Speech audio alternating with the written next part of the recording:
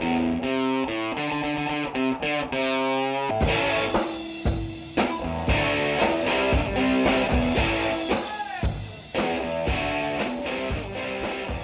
I'm Mark Caesar with Ed Clements and Sergeant Sam. Welcome again to our podcast on the presidential race right here at 590klbj.com.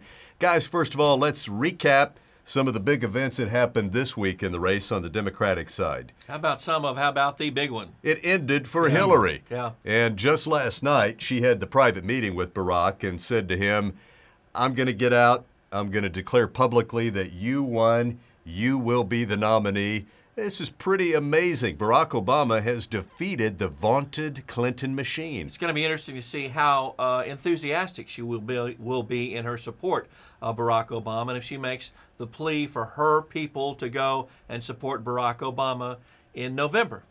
That's going to be the big. Is it going to be enthusiastic or is it going to be lukewarm? I suspect it's going to be enthusiastic. I think it's going to be kind of lukewarm. I really do. I don't think she is so bruised unless he's really promised her something she really wants. Like $40 million to pay off her campaign debts? I think that would be a good start. That would make me smile if I owed that kind of money and somebody said, if you will support me, your debt worries are over. Well, that's 40. That's somebody give me 40 appearances by Bill Clinton. But if somebody gave me $40 million, I might support Barack myself. Jeez. Is there anything else? Everybody's been speculating. What does she want? What does she want? If I were Obama, I wouldn't give her anything. I wouldn't pay off her debt. I wouldn't put her on the ticket. I would just say, nice race. Happy to have you on board. Now's not the time to put her on the ticket either. If you're going to put her on the ticket, you got to have a little cooling off period. Many people want her on the ticket. I think it would be a disaster for Hillary to be on the ticket. I think she may be trying to leverage something in his administration, maybe a Secretary of State position or something like that. He better do something to calm her down because she's got some constituents out there, hardcore, really support her. Women. Militant women that aren't going to support Barack Obama. But those women will sit on their hands because they're not going to go support a Republican after 8 years of a Republican being president. Yeah, Obama's people are counting on those Clinton women coming over to Obama. They say abortion will bring him in. He's a big supporter of late-term abortion. Yeah. And they're going to come over to the Obama side rather than go with McCain, who opposes abortion. I'm confused. You said other than support a Republican. We don't even have a Republican running. We've got one that's in name only. Here we go again. Well, McCain's not a Republican. Well, back to Obama. If you were advising him, would you tell him to do something for Hillary? Oh, yeah. What? I would say whatever it takes to get you to bring your people to support within reason. Wow. Pay off your. Sam, but well, as long as you're giving the Clintons carte blanche. Pretty much. Wow. Look how, hey. I don't think he's going to do that. Okay. No, he probably isn't, and she is going to be lackluster when it comes to his support. All right, let's move on and talk about Obama versus McCain, which is where we are now in this campaign. McCain is proposing 10 town hall meetings, one-on-one, no reporter questions, just questions from the audience. And he says, let's kick it off June 12th. I'll be in Manhattan waiting on Barack Obama. You think this is a bad strategic move by McCain? I do, and I look back to the Kennedy debates with Richard Nixon back in 1960 when they debated. Kennedy looked young and suave. Nixon looked old, needed a shave, and he was sweating like a prostitute in church. And I do think in a situation like this, McCain will be at a disadvantage because he's an older man. He's 71 years old. With all the hellacious years he had in the Hanoi Hilton with the damn Viet Cong, his shoulders are not right. I think it would be a bad mistake because you have a very young, vibrant candidate and an older man. But McCain says town hall meetings are my strength. I'm not really good at giving speeches.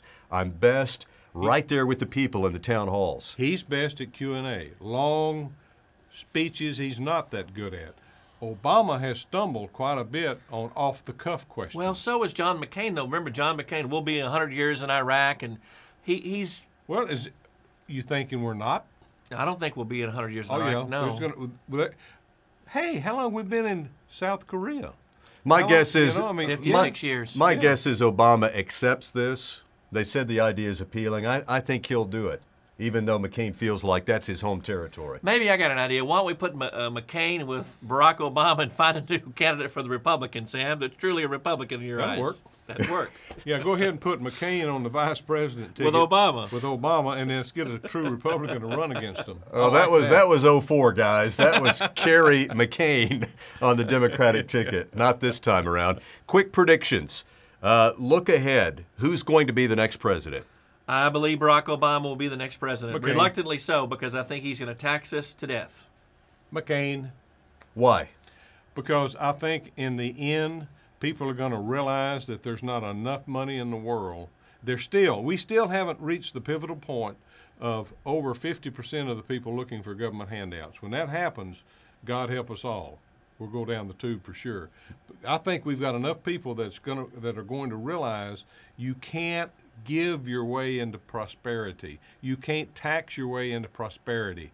And people are going to get running scared, and they're going to. It's the lesser of evils. They will vote for McCain. So you're picking McCain, even though the public's mood is sour on the economy, sour on Iraq. Obama will raise more money. He's far better organized. He uses the new media better. You're going to say that McCain's going to win. Because the thing is, if he will bring his message forthright that a Democratic Congress has put us into the high gas prices, the high energy prices, all the different problems we've got. It's a Democratic Congress. Do you want an even stronger Democratic Congress to do the same? You can't blame it on Bush, because who does the budget? This message brought to you by the John McCain plants, Sam Cox, Chairman. Thank you. Have a great week. Thanks for joining us right here on the vodcast at 590klbj.com with Mark, Ed, and Sergeant Sam. Be sure to check us out on the radio weekday mornings 5:30 to 10 on KLBJ.